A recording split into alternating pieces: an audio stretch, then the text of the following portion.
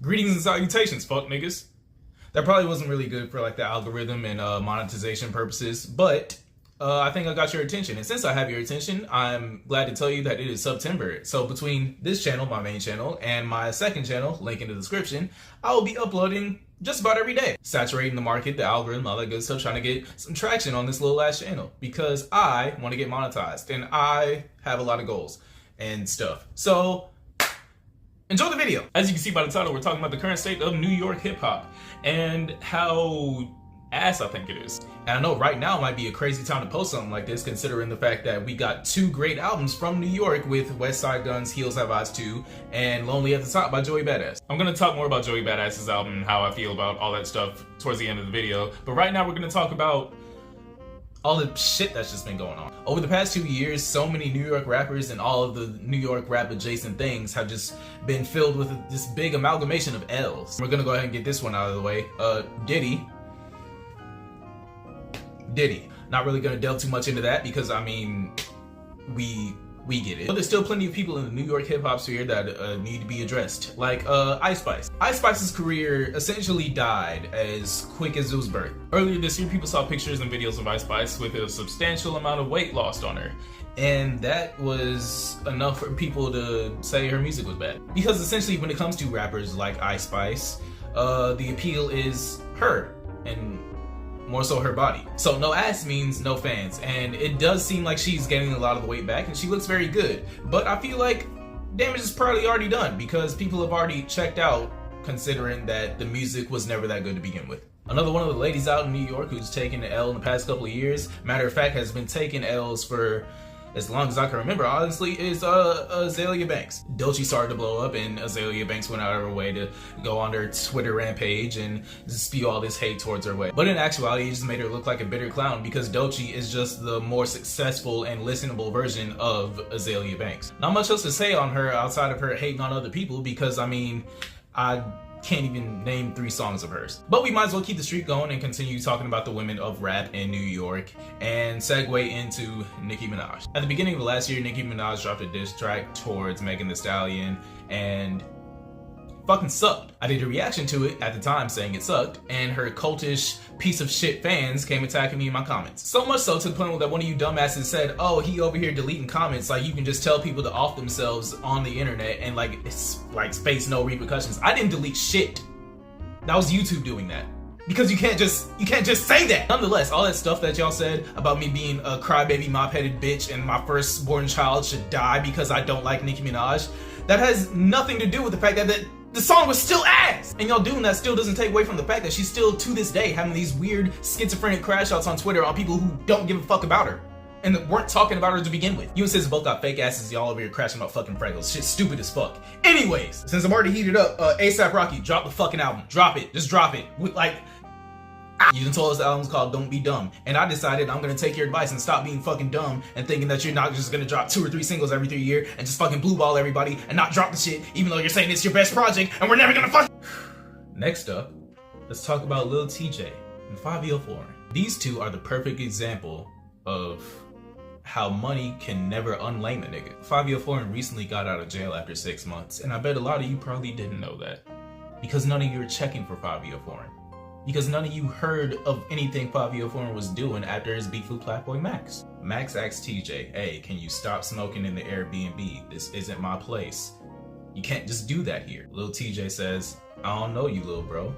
It's New York. I smoke everywhere. I'm Lil TJ. I don't tell you to stop streaming. I'll tell you what, a good portion of my family is from and lives in New York, and not a single time that I've been with them, any of them have said, cut on that new Lil TJ. So the fact that both of them have these weird inflated egos even though nobody has checked for either of them after Pop Smoke died kind of just blows me. And since we're talking about Fivio Foreign's old ass, let's talk about another old ass nigga in Jim Jones. Jim Jones out here dressing like a DTLR mannequin, a true senior citizen if I say so myself. And he had the audacity to say some shit along the lines of him having more influence than Nas. And like I said, I got a lot of family in New York.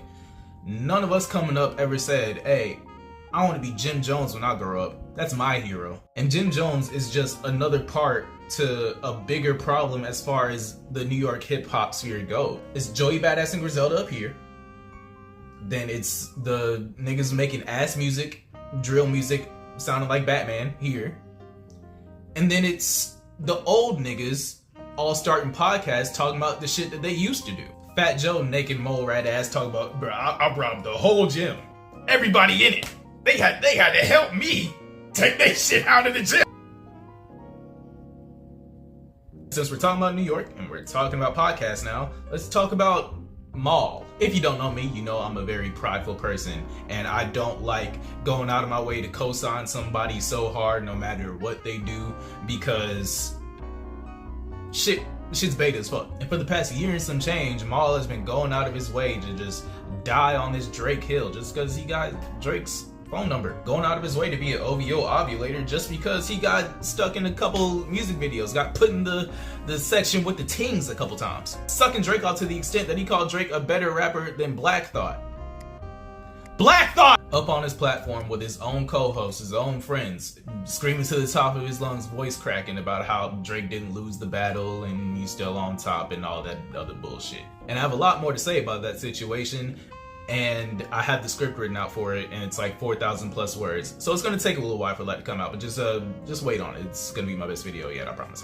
But now we can finally talk about Joey Badass. Not only his recent album, but the 20v1 that he ran against the West Coast. After the battle heard around the world between Kendrick and Drake, Joey Badass went out of his way to say in a song released afterwards, saying that there was too much West Coast dick licking. And from there, it didn't take but a matter of weeks for I don't know how many rappers from the West Coast to just start jumping this nigga with tracks. And out of everybody that was jumping Joey Badass, I'd say the one who was most notable, the one who was making the most polarizing tracks would probably be Rayvon. Rayvon's somebody who I enjoy a lot, and I think that he could very well handle Joey easily by himself. But then Rayvon started taking it to the Diddy angle because Diddy did like an intro on one of Joey Badass's albums, and it kind of just